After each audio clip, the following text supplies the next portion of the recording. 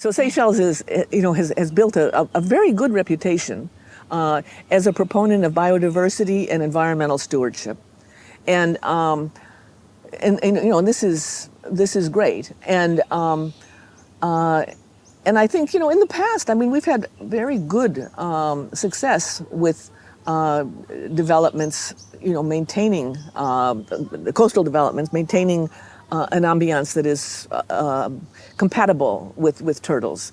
And there's a number of developments in the outer islands, like at Alphonse, Desroches.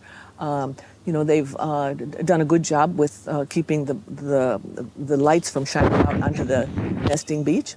Also in the inner islands, places like Lemuria, places like Bird Island, they've done a good job, and so it is possible. But I guess you just have to kind of make sure that people really understand the importance of it and what are the benefits of it.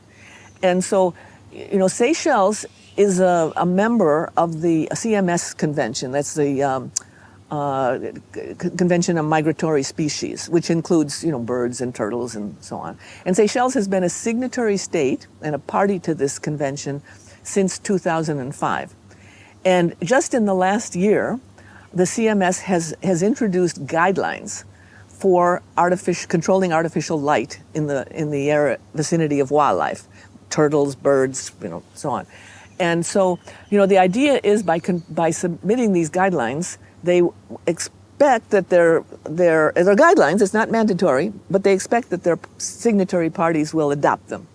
And so, and these guidelines are pretty, I mean, the document is quite long. I've gone through it, and I've kind of produced a more abbreviated version that has all the key points. And, if, in the spirit of supporting this CMS convention, which Seychelles is a signatory to, if they were to, put these regulations or put these guidelines into the regulatory process of producing environmental impact assessments, I think that would, that could go far. And like I say, it doesn't have to be painful.